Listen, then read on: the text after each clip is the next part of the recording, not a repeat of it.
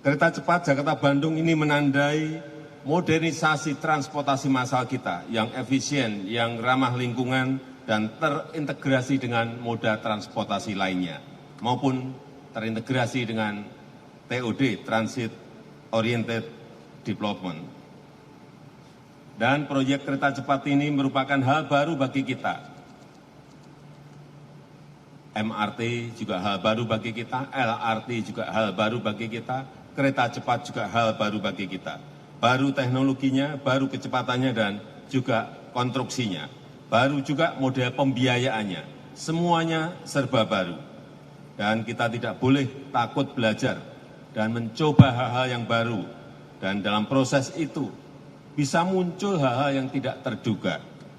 Kesulitan di lapangan, masalah-masalah, dan ketidaksempurnaan.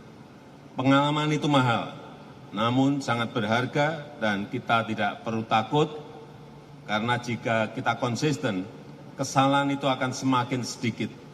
Biaya kesalahan juga akan semakin menurun, dan pada akhirnya biaya produksi, biaya proyek lama-kelamaan juga akan semakin rendah.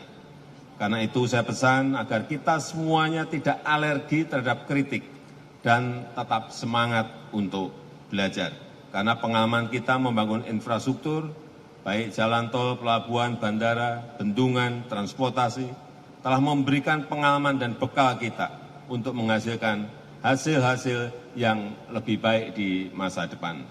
Keberanian kita mencoba hal-hal yang baru, memberikan kepercayaan, memberikan kita kesempatan untuk belajar kepada anak-anak bangsa, dan akan sangat berguna bagi masa depan, membuat SDM kita semakin maju dan bangsa kita semakin mandiri.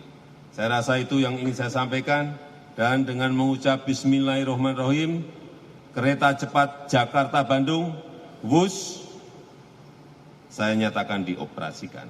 Terima kasih. Wassalamualaikum warahmatullahi wabarakatuh. Selanjutnya mohon berkenan Presiden Republik Indonesia melakukan